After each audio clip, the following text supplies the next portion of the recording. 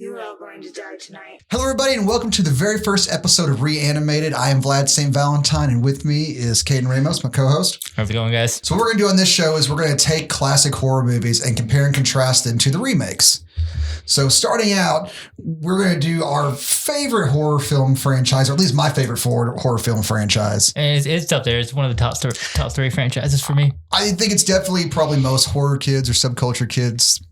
Probably their favorite, or up in the top three at least. Oh yeah. But today we're going to start with The Evil Dead, originally made in 1981, and the remake was from 2013. And unlike most cash grab remakes, this one did have the benefit of having Sam Raimi and Bruce Campbell and the original people involved with it, producing, helping write the story, and things like that. So the only issue is it didn't seem to have as much staying power and didn't lead to the universe that they expanded universe that they had kind of hoped for. And the question is why? And we're going to get into a little bit of that and some of the themes and compare and contrast that stuff today. As far as comparing the movies go, how do you think the newer movie felt as far as staying true to the original? So what I definitely felt between the two movies is this was obviously what it was, in that it was someone who was not Sam Raimi trying to do Sam Raimi a little bit, but not try and make it look too obvious they were doing Sam Raimi. You know, okay, so the original movie from the very beginning with the strings and the driving fast and the Raimi cam through the woods, it starts tense and it stays tense. Almost the entire movie, it stays tense. Yeah. And the Dutch angles, it makes it stressful, like it's a stress on your psyche. And that's what those isolated moments in the cabins, you know, with all the Dutch angles and weird angles in the house kind of coming to life, and bleeding blood in this one, and in Evil Dead 2 and everything else comes to life. It's the break in the psyche, and it's tense. And in the only moment of levity in the entire original film, or the moment when the tension breaks, like even in the romance scene where he gives her the necklace, they're doing those uptight, close, the eyes, tense eye shots over like romantic strings. Like even the camera work stays tense. Only at the end, right before we get the last stinger, you know, with the camera hitting him from behind, when he goes outside and he sees the sun, it's the only time that lets up. And it only lasts like that long. This movie, or the original, or the remake, the 2013 remake, I say remake, it's a soft reboot, really, because it's supposed to they wanted it to exist in the same universe with it's a retelling of the same story. Yeah, we'll get into that, but it was it felt like a Blumhouse movie. It felt like Blumhouse's Evil Dead. So like, there was no tense Dutch angles. There wasn't that same cinematography that's Sam Raimi, which I get. I guess if you're the director going into this and you're not Sam Raimi, you're like, I may do a little bit of that as a tribute, but I don't want that to be my thing. Yeah. But the whole thing felt very ominous and brooding as opposed to tense. There's a different feeling to it, and it felt much more like a Blumhouse production. We even got the initial, jump scare with the cat when they first come to the new, or the old decrepit cabins. And, the old family cabin in this one, not someplace they rented, but it definitely has a different feel to it. And I don't know that that's to its this thing has a lot to its credit. The remake does, compared to the original, as much as we look at it with rose tinted glasses because it's a classic. The remake does a lot better in some fronts. It really does, because they had a chance, in the hindsight of, what year did you say? 81? 81. To 2013? Yep. Math 32 years, actually. Yeah. Sorry. So you got 30 plus years of hindsight, to try and plan these things out. Because there was some stuff when we were watching Evil Dead, we watched, twice going into this. And I'm like, that didn't really make much sense. It's kind of stupid. It's things we would complain about in movies today, but we don't really give Evil Dead the crap for it because it's the Evil Dead. It's supposed to be campy and ridiculous like that. Yeah, but I mean, like, if you made a modern horror movie where the guy has the scene where he knows he needs to chop up the chick after stabbing her with the knife, and he takes her out there and then he just can't do it and decides, it'll be okay, and just goes and buries her, you'd be like, you're stupid. You're an idiot. Yeah, that doesn't make any sense. You know what's going to happen. It's a complete drop in logic. But we let this get away with it, whereas we don't let a lot of newer movies get away with it. So let's just be fair. there was a lot of drop in logic, and they attempted to basically explain all that crap, and there was no real drops in logic in the remake. No. In the remake, there was more of a story to it, and the character development was great. Character development was deeper, but I still didn't like any of the characters anymore. No, not really. Because I don't like any of the characters in the original, and I don't like any of the characters in this one either. No. Like, Ash is not Ash in the original Evil Dead. The Ash that we know and love is an amalgamation of Scotty from the first Evil Dead and Ash from the second. Ash from the second, yeah. It's that braggadocious, I don't give a shit, but he's a deep, it's Scotty and Ash, to combine, because Ash at Heart's a coward. Yeah. He's just learned he's got to do some things for self-preservation. Yeah. But yeah, it is what it is. But the whole story and being more developed as far as the book goes, which is completely different from the original book. First of all, I hate the redesign of the book. Yes. The look of the book is terrible. The outside. Yeah, the lack of face is ridiculous. The interior, I will admit, looks more like an ancient tome and less like the inside of an 80s metal album. Which is, Yes. You do get the mad scrollings of whoever translated the book. Yeah, that's kind of cool. But that was there as a supplement to the audio that they played, which, I don't think was to the remake's credit, not having the professor reading the tape thing. I think that played better in the original than having the dime store Jared Leto read it off. Well, here's a thought that I was thinking about watching the movie. Considering that it's in the same universe, what if it's a secondary book, kind of like these multiple different puzzle boxes in Hellraiser? Well, we've established I don't remember if it's in the comics or if it's in the Ash versus the Evil Dead TV show that there are multiple copies of the book. That there is an original book somewhere, but a lot of the ones they've encountered have been copies. Translations. Well, not even translations, just like spawning seed copies, sort of like, now someone rewrote a copy of it, like it spawned itself and it has has a lesser degree of the power to it. I think is kind of how it was implied, if I remember correctly. I don't remember. It's been a minute. But they have established in that universe that there is multiple books. And again, this movie's purpose was not to redo the original movie. It was just to establish some rules to the universe, because they're like, oh, screw the first movie, they burned the book to stop them in the end. Hell, the first thing they try to do in the remake is burn the book, and the book won't burn. Yeah. So they're trying to establish rules to how you cure someone of deaditeism, I guess. They got the burial or the burning alive, or they got chopping them up in bits. Which, kind of goes along with the original movie, because what they would do, they stabbed him with the dagger, and that gave him enough time to knock the deadite out and start chopping him up with chainsaw. At least that's the process was supposed to be the same. Stab it so you can knock it out for a second to dismember it, and then, or at least that was what Ash was supposed to do, because they stab her with the knife, then she gets back up and he chops with the axe. Yeah. Then later on, when he stabs Linda with the knife, he's like, okay, she's out. I know she's going to be out for a second. Let me go chain her up before she wakes back up and dismember her the same way we did Shelley. Damn it, they're too close. The same way they did Shelley, because Shelley never comes back. Yeah, no. So dismemberment's the way to go, or at least that's the way the first movie, that's the only thing they just established was complete dismemberment. Yeah. In this one, we get the emulation followed by the girl getting her head blown off in that opening scene, which we talk about tension in the opening scene of the first movie, the original. All being from the driving and the music, the strings, and the almost running into the car, the steering wheel being jerked, the Raimi cam in the woods. Yeah. And then they start off this one with the deadite girl. We think she's actually the one in peril running through the woods, and there's stuff, there's people actually chasing her. You see their forms, and then they do the whole tie her up, and the dad has to blow her head off with the shotgun thing. And then the way the blood splatter was, and you can obviously, that was like, oh, that felt so Raimi. Yeah. Just the sheer amount of look at the anime amount of blood on these things. That's totally Raimi. But I don't know if you can compare the two, a driving scene versus, tacking that one on.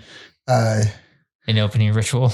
Yeah, I don't know if I like it better or not. I think it just kind of was. I think it was them getting to stroke it a little bit because they had the budget now and they could do it. And, that way they can be like, all right, let's show why there's all these dead animals and there's all this crap in the basement. This is what happened beforehand. But sometimes it's better not to tell, And it's weird because they found this cabin in the wood that belonged to Mia and David's family. Well, if it belonged to somebody, the somebodies it belonged to would I'm sure eventually show back up. So it just happened to be a woman trying to dry out from heroin. So, and her brother and her annoying ass friends. Speaking of all the characters, we got David, Eric, Mia, Olivia, and Natalie. At least those names are different enough to where I don't feel confused by them. Cheryl, Shelley, Cheryl. Yeah, I'm still fucked up on that one half the time. Yeah. Shelley, Cheryl, and then I keep thinking Cherie because that fits in the same kind of group of names. And I know it's not one of the names, but it still gets mixed in there with it. So I've got 3 names to choose from out of 2 women, and I can't get straight which one's which. Yeah, because they got the same kind of curly hair, brunette look to them. Yeah, man, I can't even remember what Shelley looks like because Linda's very distinct looking, especially because she gets the Kewpie Pie demon look later on, which is so distinct. Yeah, and then Cheryl, the sister, is very distinct looking too. She's got a very distinct nose and jawline, so she's. But I can't. Yeah, Shelley just fades into the background. If it wasn't for the side boob she throws out, then I wouldn't remember anything about it. The side boob and the gratuitous little boobie during the tree scene. Was the possession scene. It's the initial possession. So okay, which is much more clear in the remake. I have to say what was happening here. Yes, because in the original, it just looks like she got, impaled with a branch. And the whole thing is just terribly uncomfortable. And we get the nudity with it too, which is some of the most unsexy nudity ever because of the situation. I just sat there watching the whole thing that is. Yeah, that's the intention. I get it, but it definitely works. It's very effective as far as that goes. Raimi's been on record saying that was one of the scenes he regrets filming. I can imagine. Yeah, I can totally imagine. The only thing I don't like about the remake compared to the other one is and I guess they kind of had to do this to make it. I don't like the Exorcist 2 good Linda Blair versus evil Linda Blair thing going on there. That's what it reminds me of. We got the demonic version of Mia running through the woods after her. I much preferred never getting to see what was running through the woods. I never want to see that. It had to be because the camera would be right up on the actor, and then it would turn from the actor's point of view, and there's just nothing there. It was just a roiling, boiling wind gust, just evil, and you didn't know intangible what it was. Evil. There's no physical manifestation of it. Yeah, I don't want a physical manifestation of it. I didn't like the physical manifestation of the girl necessarily, but I understood they needed something there to vomit up the branch tentacle slug that was covered in oil or whatever the hell it was. I get it. It was much more clear that was an infection clawing up into her in the worst ways possible, and it's very invasive. And I'm sure there was many a metaphor and paper written about this sort of thing in gender and sex and horror film classes. Mm-hmm. Again, much clearer that it was a invasive possession in the first or in the remake, as opposed to just a shocking exploitative scene, like it felt like in the first film. Yeah. So I will give it that. I think the only thing they did to its detriment was they shot it in daylight as opposed to darkness. They could have probably made it a little harder to see like they did in the first film, or maybe that wasn't hard to see. There's just a giant branch going at someone's crotch. Yeah, just gonna pretend like everything happened fine, and she got jabbed in the leg. She got jabbed in the she was able to shit. She got jabbed in the thigh, and she just got possessed through the window, like some people did later on, or like people did in Demon Knight. Well, they didn't really get possessed through the window, but they had make eye contact with Billy Zane, and then he tempted them. And if they accepted, they got this. But she did pass it on to Scotty through a bite, right? No, he just died, and when people die, they can be possessed by the dead because they're deadites. They just it wasn't a pass on. It was just he's dead. His body is able to be used at this point. Or I contend that he got tree violated whenever he tries to flee at the end of the movie. So I think Scotty got tree violated as well. Yeah, there's actually that scene where he pulls out that branch. There's a branch sticking out. Yeah, and he uncorks him like a wine bottle and just glugging out. Yeah, tap the Scotty, man. Yep.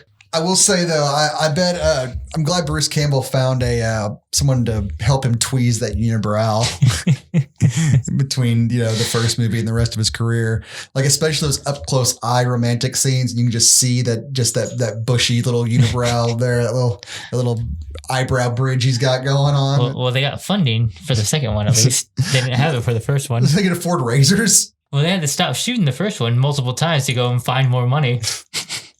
It's amazing how you can make an incohesive mess into a cult classic.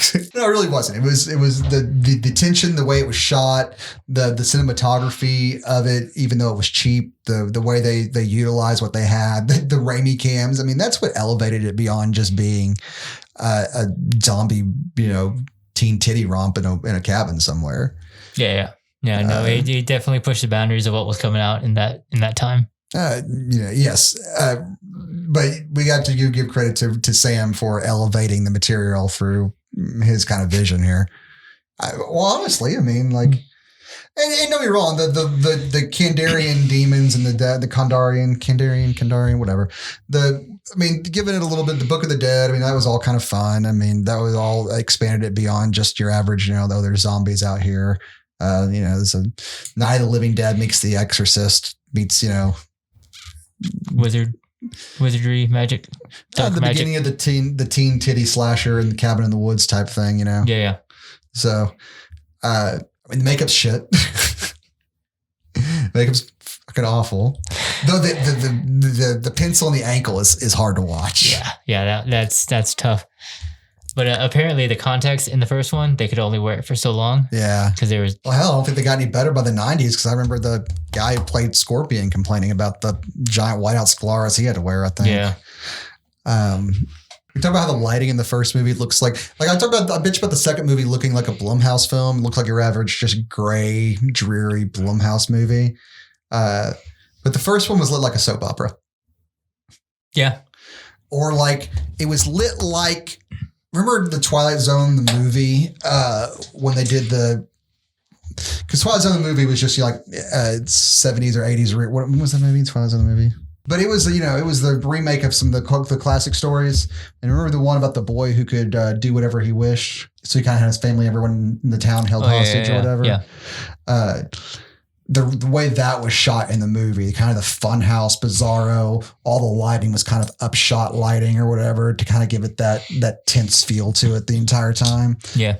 It was somewhere between that and a soap opera. Yeah, I remember you yelling, get that light off of her when Ash was putting Cheryl to sleep. Oh yeah, the fucking that heavy that spotlight, the stage spot that casts the heavy shadows right on her face. I'm like, what a fucking dick! She's trying to sleep. Take that fucking spotlight off, damn. But the way it was, the lighting added to the Dutch angles and the tension of the strings, everything. The entire movie was just tense, and it all adds to it. But yeah, there are some things you can yell at it just because it seems ridiculous. Crap like that, So you want to talk about the Hills Have Eyes poster? So yeah, they had the Hills Have Eyes poster, which is a callback to Wes Craven putting the Jaws poster in the Hills Have Eyes. So as if to say everything happening here is scarier than what happened in Jaws. They're doing the same thing, which Wes Craven will respond with by having Johnny Depp watch The Evil Dead in Nightmare on Elm Street. Yeah, when he gets killed during Nightmare on Elm Street. So, and then every season turn. The return from that is Freddy's glove is in Evil Dead 2. Oh, is it really? Yeah. Where's it at? It's on one of the walls. Oh, before he chops up the girlfriend or whatever. Yeah, in the slaughterhouse. It's hanging up on the door. The claymation dance scene in the moon.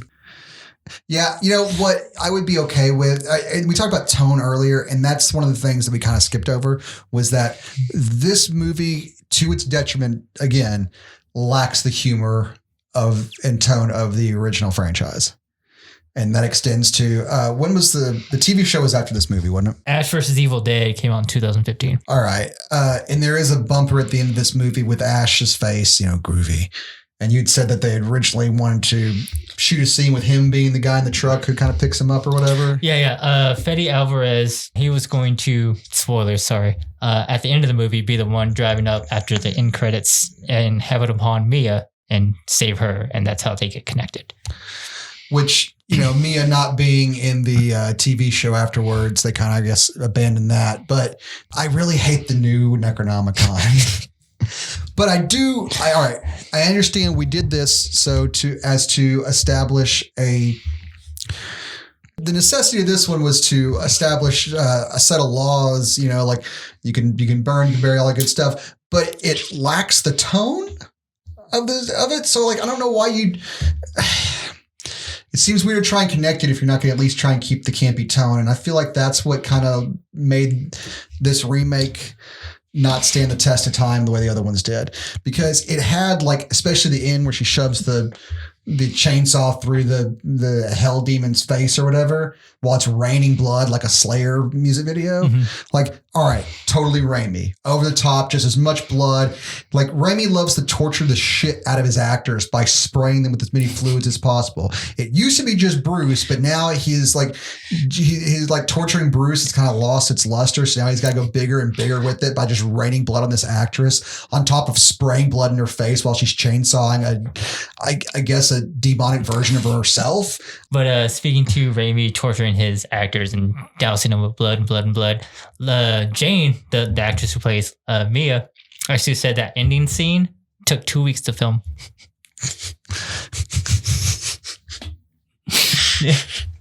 Her skin was probably stained by the time they were done with it. It probably took weeks where she wasn't just like red all the time. Alvarez, the director, said that ending scene, I guess the 2 weeks that they used to film it, they used 50,000 gallons of fake blood. You're going to have to look up if that's more blood than was used in Dead Alive, because up to that point, I think Dead Alive was the most amount of blood on it in a movie. According to an article on bloodydisgusting.com, Evil Dead 2013 shattered the fake blood record for a film. The previous record was held by Dead or Alive, which used 1,000 gallons. Dead Alive. Dead Alive. Wow, it was 1,000 gallons versus what? 50,000 for just 50,000 for just the end scene. The 2 weeks of Raining Blood, the 2 week long Slayer song. All right. There we go. Wow. All right. I feel a little proud of us for just knowing that, though. Yeah. I mean, we had to look it up and confirm it because we're not going to, we're not going to not do our research, ladies and gentlemen. Come on, we have a responsibility here. So talk about something in comparison. Another thing that I did like better in the original, though, was the bridge out. The bridge out in the original, those metal bars being curled up like a claw holding them in was so iconic. And this is just flooded out. There ain't nothing there. Yeah, it's raining, just torrents and torrents of rain. And I would have really loved to have seen that visualization with a budget of that clawed up steel beam bridge, and we got nothing. Yeah, that was a little disappointing there, guys. I'm not going to lie. And like, you bothered to bring back the fucking necklace. You know what I mean? It's the same circle necklace. This one's just wooden because it's, some hippie BS that his sister's into. And his sister tears it up and he goes and picks it up, and then we don't see it again after that, do we? No. It's just gone from the film. No. We see it at the end, but... Do we? Oh, yeah, she picks it up and puts it in her pocket. Yeah. But it still doesn't save the day the way the other one did. Yeah, no, but it's still laid out in the skull shape. Oh, is it really? Yeah. The same way it was before? Same way in 1 and 2. Gotcha. Okay, I retract what I said about it being not brought up again, but they bothered to bring that up as far as, a bit of iconography goes, but you can't give me the bridge. Yeah, and it's weird, too, because she does break it. You can hear her snap it and pieces fall on it, and then later on in the movie... when she picks it back up at the end, it's completely fine. I guess we're going to assume that when he picked it up, he repaired it. He's a mechanic who can make a homemade MacGyver defibrillator and repair small jewelry. The man is very talented. He did have a job in Chicago in that auto shop. Yeah. That kept him from visiting his mother. That shit was dying. Yeah, that's true. That is true. That those Chicago auto shops, man. Yeah. Yeah. Again, I think that they've had, with 30 years of hindsight, an attempt or a chance to solidify these kind of rules, which didn't really matter to us beforehand. And I think that was probably one of the main reasons they wanted to do this movie too. It's like, all right, we've done all this in comic books and in the sequels, and we've established all these things. Let's solidify and modify and update it, and then we'll go forward with this set of laws. Well, like we said before, they wanted to make this into a cinematic universe, with Marvel doing so well in doing that, so they had to establish the rules. They were going to make the sequels, and then they were going to tie Ash into it, and TV shows and things of that nature. Yeah, there's supposed to be, in total, the plan was for 7 films. Oh, good gosh. You got the 3 original with Ash, and then you got the 3 new ones, and then the 7th movie was supposed to be Ash and whoever they're supposed to have, which was, I guess, Mia. I don't know if they were going to continue that line, but yeah, it's funny that Mia gets to basically be Linda and Ash. She gets to be the lead Deadite under the thing and have the cool iconic Deadite feel, and then like, and when she's healed, like all that physical damage to her body's just gone. Yeah. The burn, the splitting her tongue with the box cutter. The box cutter. Oh, all that, man. I guess people pay good money for that kind of body mod, but still, like, everything's just fine. Like, it makes you feel like such a waste for everyone else who died in all the other movies. Like, oh, you just bury him. That's it. You just bury him and they, like, wait 5 seconds, dig him up, give him a little, like I said, the MacGyver defibrillator, and we're good to go. That's the real secret there. You got to have a Chicago mechanic build you a makeshift defibrillator. Yeah, this whole thing seems really pointless after they figured out how to do it, doesn't it? Like, it seemed just a little too easy, the whole bury alive and just dig him right back up. Yeah. I realized why they did it. It's so there was an easy out that got this girl to be the hero at the end, where they can carry her on. She even has her hand ripped off so they can make her the next, the girl Ash. And I would not have minded going forward with her as the main character, because she was, enjoyable enough. And she had, definitely suffered to get to where she was. Yeah. This one was definitely someone who went through a heroin addiction, a possession, had ripped her own damn hand off, lost all of her friends and her family, had to sit and watch her crazy mom kill herself. That's probably what led to her drug addiction. This is not a perfect person at all, and came through it all and ripped her own damn hand off to get through it, because, cut off that portion of you that you got to survive. I don't know. I liked Mia, man. I kind of wish we would have gotten more with Ash, though. Yeah. Her with Ash would have been great. I don't know. Bruce has gone on saying that he doesn't think there should be a recast of Ash, that all of these should be standalone. And he's right. Yeah.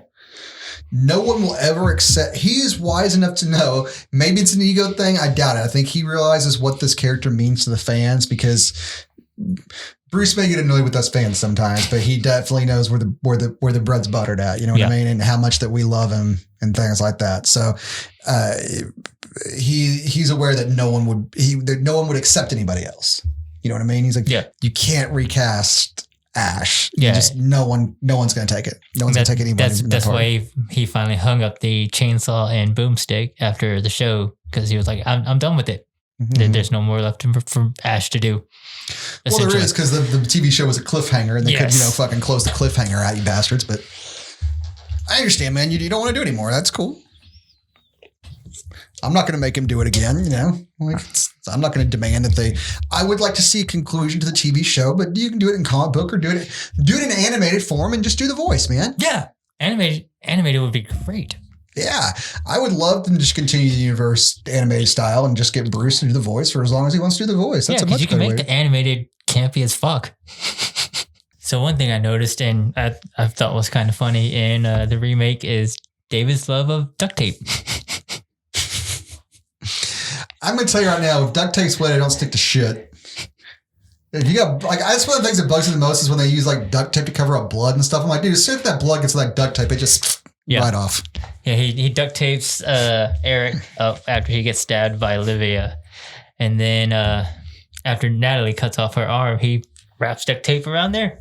You know what? I gotta appreciate Natalie going full Ash and cutting her own arm off with the damn turkey slicer, which I imagine had to be a lot harder to do than a chainsaw. And she went like right mid. She didn't even try and go for a joint. She just went mid bicep right at it. The gross out. All right, so Raimi loves to give you a tight shot of something, some body horror. You know what I mean? He really does. That's his second favorite thing after coating his lead actor in as much blood as possible. Is the tight shot on the bodily horror that makes us all kind of squeamish. And now that they have a budget, they can do a lot more of it in this movie, and they definitely did, and definitely made it a lot more realistic. Which again, I don't know if that was good or bad because. It did make me squirm, which was the point, but at the same time, the serious tone of it all made it feel so much different than an Evil Dead movie. I don't know if it's necessarily worse, but it didn't make it feel like an Evil Dead flick. Yeah. And I think maybe that's why it didn't hit the same way with the fan. I'm going back to that. I think that's the biggest detriment to it because it wasn't a bad film. It set up the lore better than anything else. The only thing inexcusable really was the look at the book. Yeah. That was the only thing inexcusable. Had this not been a soft reboot of another film that's been its own thing, it would have been a lot better, obviously. Yeah. You wouldn't have done one way or the other, but the things being what they are and having the comparison and being what we're doing here, the book being different and the tone are the two things that just, I think, are what shot it in the foot because it's really a good flick. Yeah, it did. It's well acted. You got more depth to it. They took their time. This is not just some fucking Blumhouse cash grab because you had Bruce and Sam both heavily involved in it. Rob too. Rob Taffert. Okay, yeah. So all three of the originals. And I mean, there's some things that obviously we're going to like better about the original. And I think that mostly comes down to as far as things that are excusable. And that's the camera work and the fact that it feels much more like just your modern horror movie instead of its own unique thing. Yeah. The funhouse, Dutch angles, the tense shots, the snap zooms, the lighting were all so very Evil Dead. And this just felt like, again, I keep making the comparison, it felt like an Insidious or any of those movies as far as how it was shot and the look and feel of it. Yeah, So, I mean, it came out in 2013 within that era, so it was all a generic formula for all those horror movies anyways. which is unfortunate because, I mean, like, Raimi even stuck Raimi Cam in Spider-Man 2. Yeah. You couldn't stick any of that, like one of those scenes in this, like us following an eyeball flying across the room into somebody's mouth or something like the second Evil Dead movie. Like, I don't know, man. Because of that uniformity to that style, it lacks something in its personality that gives it any sort of staying power. Because the visual look of Mia under the stairs with the contacts banging is a cool look. It could have been almost as cool as the way Linda looked, because Linda's face under that thing is iconic. Yeah. And I think Mia's much creepier looking because we have, better makeup and it's much more modern. Yeah, obviously. And it was a good tribute. I don't think it lacked anything. It just, that character is just not there. Yeah. And yeah, she definitely got the best part. I mean, as far as getting to be the lead Deadite for most of the film, the iconic under the stairs Deadite, and then getting to be, the cured Ash at the end. Yeah, it wasn't the traditional final girl formula. No, it definitely wasn't. And which is great because I definitely liked her from the beginning much more than anybody else in that damn set. So I was going to suck if her wet blanket ass brother was going to be the one who survived this thing. Yeah. Damn, he was boring. Yeah, the bad claymation at the end of the original when he burns the book, because again, that was something they redid in the remake, was that the book does not burn. And that's how they end the movie in the original, was the book burning. The demon hands that pop out of the bodies at the end, or was that just supposed to be like the literal demons that were inside the dead bodies bursting out for a second, or was it just... I would imagine so. There's no explanation to it, so... It makes as much sense as the claymation tongue coming from the book. The book and the Shelley or the Shirley, damn it. Which one's the sister? Cheryl? Cheryl? Cheryl's the sister. Cheryl. Coming from the Cheryl zombie. Fuck. Turns into can't speak video all of a sudden for no reason. Yeah. 2 people are going to get that joke. 2 Danzig fans are going to get that joke out there, and that's it. Us too. Yeah. After we watch this again. So I've got my notes like what was the point of the dog? And I get the point of the dog was to have the dog uncover the cellar door, and because immediately afterwards he's not on film and just gets killed off, behind the scenes. And it does spur the brother to confront the sister and kick open the door while she's, taking a shower. Boiling to death. Yeah, which they wouldn't have done otherwise. He's got no reason to do that, but he's pissed off at her. So it sets up 2 things, but it just felt cheap to make the dog do it. But at the same time, they're basically like, all right, we need to get the cellar door open. How do they find the cellar door? Oh, shit, we need the dog. She's complaining about a dead smell, and the dog finds it. Okay, cool. We got to have a dog in there now. Like, just kind of felt cheap and emotional thing when the dog dies later. It's like, oh, you bastards. Yeah. You introduced him just to kill him off screen later, you sons of bitches. I mean, to be fair, they were going to be there for 3 days, what the plan was, so... Would you leave your dog by itself for 3 days? No. I'm just you could have. They didn't have to write the fact that they owned a dog into the script. That's fair. They had to have these things in there because we wanted to eliminate the magical element of the door just blowing open for no reason. Because the door blows open before the Deadites are even awoken. So what causes the door to blow open? There's some inconsistencies in the first movie we just go with because creepy movie. Or you could just say the first movie, since we got the Raimi cam of evil when they're driving in the opening scene, the porch swing slamming against the side of the house and then stopping immediately when he grabs the keys. That's evidence the evil was already awake and basically never sleeps and just fucks with people. Yeah. And it pretends like there's rules and laws, but really it's just fucking with people. Again, I guess I think this was one of those, okay, we've changed how it works in every movie. Let's make another movie to establish some damn rules here and fix them the way they should be. Although the burial thing, I guess it felt clever, but it ultimately felt a little easy. Yeah.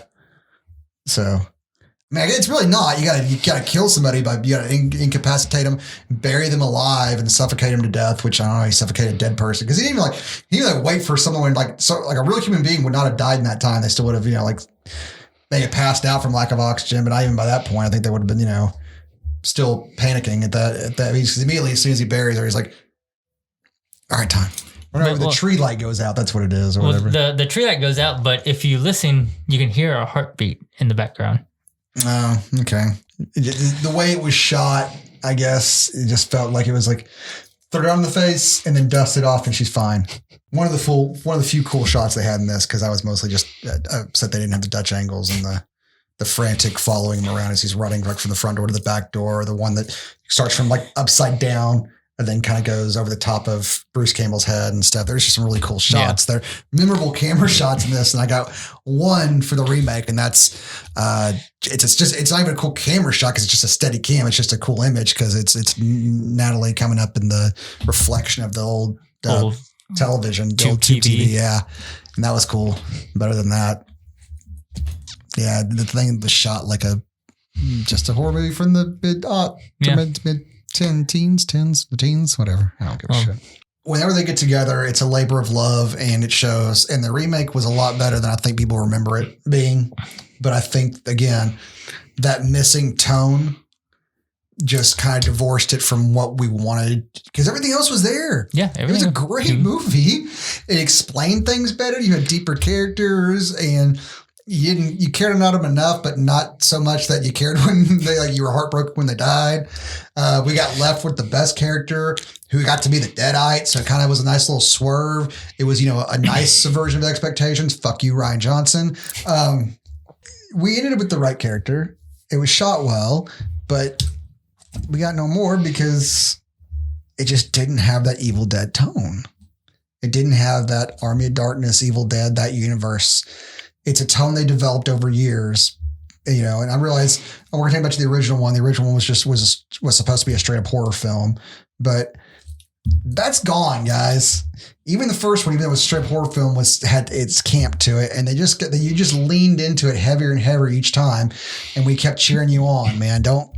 I think the only reason that the camp sold is Bruce himself and his faces.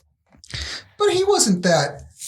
He was kind of boring in the original movie. Let's face it. Yeah, he was. But in the second and third, yes. Continue on. Yes, but you don't have to first of all, we don't need an Ash.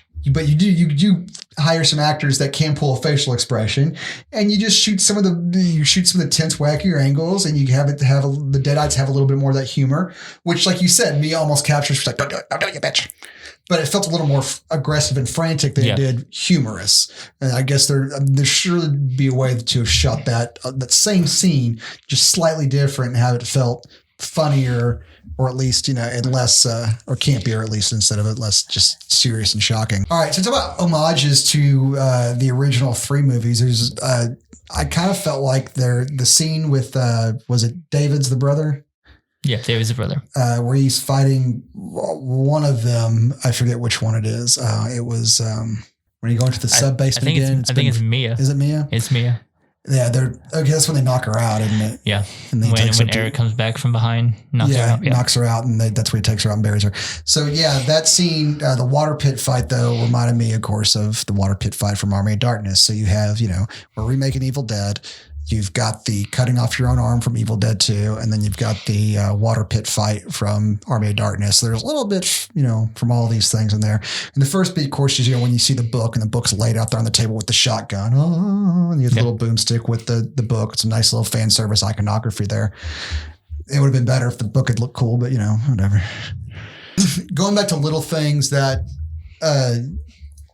it really pays off if you have these movies memorized back and forth, the necklaces being similar shapes, and then the nursery rhyme that Linda just kind of starts mouthing off, to be creepy when she's the Linda Deadite becomes, a part of the, brother and sister's backstory and their history with their mom in the remake. So yeah, the mom used to sing the lullaby to him. So again, taking these little elements and expanding upon them and making something else out of them, which sometimes can be a little overstuffed and annoying, quite frankly. It's like Han Solo's dice in the Star Wars movie. So they were just a prop, and now they became a big deal. And that was really stupid and kind of annoying, especially because the dice was a thing between him and Khaleesi. And then later on, Luke gives Leia the dice at the end. It's like, hey, here's your ex-husband's dice that meant a lot to him and the other chick he used to bang. Obviously, he still cared about her because he kept him around forever. You enjoy that. Yeah. I'm going to go fight your nephew, or I'm going to go fight your son. I'm going to go fight your son and then die. So as far as the separate lores go between the books, we get always, it seemed to be in the Evil Dead universe. And I will say that, it was always until the TV shows, join us. The dead were always a kind of a giant hive mind sort of thing. Yeah, we are Legion type thing. Yeah, exactly. Not until the TV this and then the TV show did we get, because this was first. Yes, we got references to him, and then the TV show we got. This movie refers to a him. He will awake and he is coming and yada, yada, yada. And then I guess we got the weird looking dude with the long, stupid hair, the demon from the Lucy Lawless's lover, from the TV show, and their sons are the ones they birthed. And I guess she was the first either sorceress or dead. I forgot what the hell she was the first something. But yeah. I'm not sure. I'd have to go when we watch it again, which I wouldn't mind. Yeah, maybe we do after we've done it in this at some point. It was. I get that they're expanding the universe and the lore, and now they were trying to centralize it. We had a central baddie. We have our BEG. Yeah, big evil guy. But I don't know. I kind of like the ominousness of it being Legion. There's no central head to cut off this snake. You can't stop it. You can't. You could never stop it. It kept coming. Yeah. Even if you stopped one, there's more coming. And, the threat would pop up again and again and again. And I like that better than there being a central bad guy.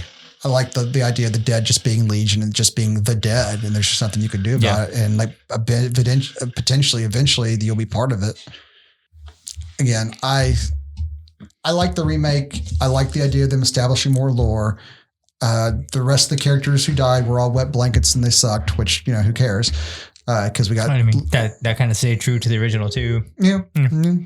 But the ones we were left with were Mia, and she was the best one. And it's unfortunate we get to go forward with her and Ash doing stuff. I wish they really would have just put them together and let that be the passing the torch, because she earned her spot. She went through hell. So, and she was fun in both like like Nicolas Cage and Face Off. She played both sides of it pretty good. Yeah. So I guess the final question would be, would you recommend people see the remake instead of just being boomers about it and be like, no, it's not my old one? Yeah, totally. Guys, you gotta, if for no other reason, it's because the original people made it. Like, it's not your average remake for that very reason. And normally, you may point out, well, Lucas, whenever he tries to touch up his stuff, he shits on it, or Spielberg, taking the walkie-talkies out of people, putting walkie-talkies in people's hands instead of guns in E.T. Yeah, maybe it's not the best thing when people go back and revisit their stuff, but not here. They cleaned it up, man. The first one was very original in the way it was shot. This one's like, okay, let's take the story though and let's tighten it up and give it some rules. But what they came to find out was that people cared less about that story than more about Bruce Campbell and the way it was shot, which we got neither one of those in this film. No. So I guess for your average person, don't go and expect an Evil Dead, but do expect a good damn movie that's in the same spirit, I guess. Yeah. But it lacks the tone, it lacks the camera work, it lacks the Bruce Campbell. But Mia's fine. Yeah. I like her just fine as the Deadeye. I like her fine as the heroine trying to overcome heroin. I mean, I liked her. I would have liked to have seen her with Ash. And I would have liked that movie to have had the same tone as the rest of the series, or what the tone the series came to have. Yeah. A little more levity, a little more slapstick, a little more. Maybe if we got her in the TV show, for a season. Well, yeah, the follow her up in the TV show. That would have been good to bridge the gap. She was, I kind of wish they had her in the TV show. She would have been great. Yeah, if you weren't going to continue on with her, you could have had the Lucy Lawless character, offer in the series at some point. Right. Thinking she's in a new one. The new Ash, and yeah. Yeah. That's what it makes him to get out of retirement in the first place. Maybe she was running around killing stuff for a little while, and now he knew about it, and then she's kind of keep that secret contact, and she never checks back in, and he's like, well, shit, something happened to her. I'll just ignore it for as long as I possibly can. Yeah. I'm sure she's fine, and then someone else pushes him into like, no, you got to go check on her. Yeah, that's how we get into it. I would have been down for that. Yeah. I would have been down to keep her around in this universe. So I do recommend it. Expect to hate Jared Leto ripoff, Dime Store Jared Leto, and Fat Frenchie, and just about everybody else in the show. Natalie's forgettable. Natalie's forgettable. Registered Nurse was the only other person who was slightly likable, but she does not get on for very long. She doesn't have a whole lot to do other than be the nurse, and kind of be she's going to be coordinating everything and kind of hold the glue that's holding everything together, but she doesn't get a whole lot of screen time to do much. But her turning scene's pretty horrific. That's for sure. Yeah. The slipping on the tongue, the cutting her tongue and her face off is all pretty damn graphic. So, which again, it felt like a scene from Saw more than it felt like a scene from Evil Dead. Yeah, I can see that. So I think that was part of the problem. It felt like a Saw movie more than it felt like an Evil Dead flick in a lot of ways. Some of the body horror and things. And I can't help you out, guys. I'm not you, but I think I think just a little more levity to it, and some just the angles and the lighting. You want to recapture that instead of just the look of gore and modern gritty horror films that all are gray and gritty and high contrast. I don't think that helped you. No, I think it's good, and like we kind of enjoy here at Rogue Villain, we enjoy the story, and it was a good story, and it was a solid story as far as bringing in the laws and whatnot. It told the story better than the original did. Yes, told the story much better than the original did, with deeper characters, more thoughtful lore and laws. Yeah, you're very right. And it's hard to admit that loving the original as much as it is, but the original was it was kitschy.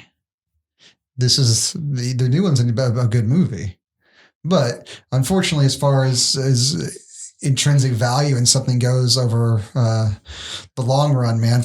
You can take any modern movie and compare it to an old movie, and they look better because better technology, better cameras, better lighting, better equipment, better ability. Graphics, and we can make better movies ourselves with the GoPros we have. You Yeah. know? But it's kind of like it's all been done now. So it's kind of hard to break ground at this point a little bit. Yeah, it really is. It's hard to do something unless you're a very, very creative person. You can't just go out there and like, I've got the name Evil Dead, so I'll shoot it like, I'll shoot a modern version so it looks modern and cool and stuff. It just... But I guess I'll end it on a bright note for you. I don't know if you know this or not, but as recently as the end of September, a couple of days ago, Bruce Campbell has confirmed that there is going to be another Evil Dead. Really? Yes. What is this going to encompass and entail? Is this going to be a conclusion for the TV show that left cliffhangered? It doesn't say exactly because they're not allowed to speak about it. You think it might be a sequel to this one? I think it might be a sequel to this one. From what I've read, Lee Cronin, who is actually working with Sam Raimi on Sam Raimi's 50 States of Fear. Okay, it's on Quibi or where the fuck? Yeah, and while he was filming one of the short stories for 50 States of Fear on Quibi, they sat down and talked, and Sam was like, hey, what do you think about that? And so Lee was like, yeah, give me a few months, let me think about it, and I'll come back to you with the story. And apparently him, Rob, and Sam, and Bruce all sat down and kind of coagulated and came up with a story. And there's 2 working titles that I found so far: Evil Dead Now and Evil Dead Arise. I know you're not going to answer this, but I wonder if we'll find out if we're going to get any Ash or not. No. Bruce has said no. No Ash. Bruce has said no Ash. Actually, let me find that quote for you. What you got? As in Fede Alvarez's 2013 Evil Dead, this one won't feature Ash, who has hung up the chainsaw and shotgun perhaps for the last time, and will, by the sounds of things, center on a female protagonist. Quote, from this point forward, they kind of have to stand on their own, which is fine and liberating, says Campbell. You can have different heroes, different heroines. In this case, this one's going to be a little more dynamic. We just want to keep the series current, and the mantra really is that our heroes and heroines are just regular people. I appreciate that spirit. I really do. And I appreciate what you guys are trying to do with it. This is a show about a character, man. And it's Bruce Campbell that we love. It's not... The Deadite stuff is fun around him. The way it's goofy and campy and slapstick, and the way that the zombies and the Deadites are unique to this series. But I don't think it's anything to hold itself up on its own without Bruce Campbell, without the Ash character. I liked this movie as a way to get the lore into it. And then we got the Ash thing at the end of it. If this had just been a straight up reboot, and there wasn't any thought of adding the characters together, or they didn't have the Ash thing at the end of it or whatever, I wouldn't have liked it as much, because it's like, okay, yeah, it's a Blumhouse retelling of a good Sam Raimi movie. Yeah. Is what it would have ended up being, essentially. I'm not saying this takes the shine off of it now that we're not going to get it combined into it, and Bruce is probably done. I just don't think that... I think you guys are going to run into the same thing. You may make something that's this good, just like this remake was, but people are going to care as much because it doesn't have Bruce Campbell, or isn't tied into his world, or he isn't there in some way. Like, I don't know, maybe you can put, was it Carla? What's the sidekick's name of the TV show? What's his name again? Pablo. I mean, maybe have Pablo maybe come cameo or something. I think that would go along. Even if you just can't get Bruce to do it, I mean, that might go a long way to help at least. I don't know. I don't think that... I think you're going to run into the same thing over and over again if you don't have Bruce in these things and you keep trying to make them. Well, outside of that, I mean, the only thing that's even Lee has said, like, I can't really talk too much about it. This is the process that went through it. So Sam, Rob, Bruce, and Lee all sat down and was figuring out the story. Like, Lee brought them the original story, and then they just started collaborating on it, and that's how Sam was like, all right, cool. Yeah, I want you to do the next one. As news comes out, I guess we'll check into it and we'll see how it goes. Maybe we'll do an update on the channel if we find some more stuff out. Yeah. So yeah, the earliest that I found anything about it being confirmed was back in June of this year. Mm-hmm. And then, like I said, a couple of days ago on September 30th, there was another article that came out from Lee stating that, yes, he is working on a new Evil Dead. All right. All right, guys. Thank you so much for joining us on this first episode of Reanimated. I hope you guys had fun comparing and contrasting with this. And if you want to, we are taking suggestions. Comment down below. Let us know which remakes you want us to do. We have a list of what we want to do. We got some lists, but if you want to see something else, holler at us. We'll definitely take it in consideration. Please like, subscribe, share us with people, and say hi to your mother for me.